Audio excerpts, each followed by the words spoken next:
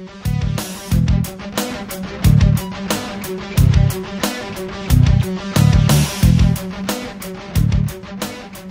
Zack Farmer, and this is the Ward on the Farm video blog for the week of June 20th. And one thing can no longer be overlooked, and that is how bad the Giants' offense is. I mean, it's not bad, it's terrible. You want to actually take it as a historic perspective. The Giants, only once in their entire history have they ever scored fewer runs per game than they are this season. And that season, which was 1985, they lost 100 games. Now, obviously this team isn't going to lose 100 games. Chances are they're going to win this division on the sheer fact that this division is just so bad. But the fact that the offense is performing so poorly cannot be overlooked. And you really look at the lineup piece by piece. The shortstop position with Crawford and Tejada, and then at the catcher position with Whiteside and Stewart, it's almost like having 3 automatic outs in the lineup to go along with the pitcher's spot. The Giants cannot carry this throughout the entire season and are going to have to look through other options to try to figure out the offensive problem.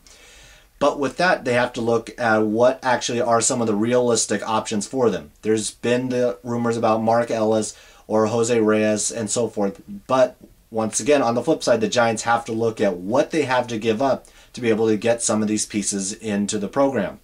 But the Giants have to look realistically at what they have to trade to be able to get to some of these pieces like an Ellis or Reyes, as I said before.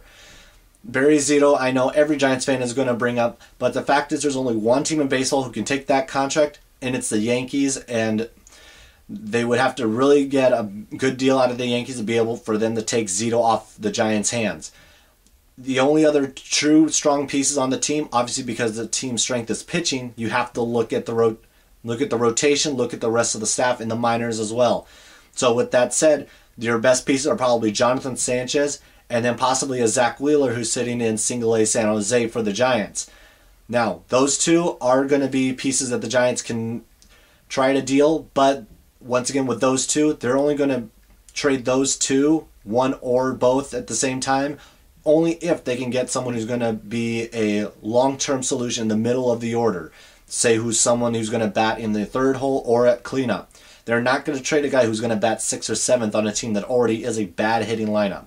The All-Star game is only a few weeks away, and at this point, Bruce Bochy has to start making a few decisions on exactly who he's going to consider and who he's going to take with to Arizona from his own team. And obviously, we know the offense is terrible, so nobody from there. So you start to look at the pitching. And we more or less know that Brian Wilson will be one of those players unless he completely explodes over the next couple weeks. Now, from the starting staff, you have to look at who else actually from there actually deserves to go. Lincecum and Kane haven't pitched as well as they have in seasons past and may not actually deserve that all-star bid because of some of the performances of other pitchers in the league. But there is one starting pitcher on the staff who probably deserves that, and considering the story that he's brought to the league as a whole, not just the Giants, there's a good chance that he makes the roster, and that's obviously Ryan Vogelsong. The guy leads the team in ERA and is second on the team in wins with 4. And obviously being the story that he has been, everything that he's been through, the 13 years in pro baseball in Japan, in Venezuela, wherever he's gone, to culminate in the season he's had, he more than deserves the All-Star bid. Because the All-Star game means something and counts toward the home field advantage in the World Series, it is important to actually have left-handed specialists and right-handed specialists. And this is exactly where Javi Lopez and Sergio Romo can come in on that. Now, obviously, that's going to be up to Bruce Bochy to figure out if there are certain starting pitchers who are kind of on the cusp that shouldn't get in, or kind of upside the closers. Because fact is, starting pitchers aren't used to coming in the 5th, 6th inning out of the bullpen to be able to pitch to anybody. And they're about rhythm and everything else. Relievers, middle relief guys like Lopez and Romo are used to this. Come out the pen, get one guy out, that's their night, that's it. Closers, once again, they're not used to coming in the 7th or 8th inning either. And that's where a lot of this can come in. The Giants have been fortunate enough to have strong guys in the pen to be able to do this, and come the All-Star game, this is something that they could need. So there's a good chance you could see both Lopez and Romo at the Midsummer Classic. The NBA draft is only a couple days away, and obviously Warrior fans are going to want to know exactly what the Warriors are going to do with pick number 11. And obviously there have been a lot of rumors. They need a big guy, they need a guard, they need this, they need that. Ellis going to get traded. No, he's not. But with all of that said, the one thing the Warrior fans should be optimistic about is the management in charge and who is actually choosing the talent at this point.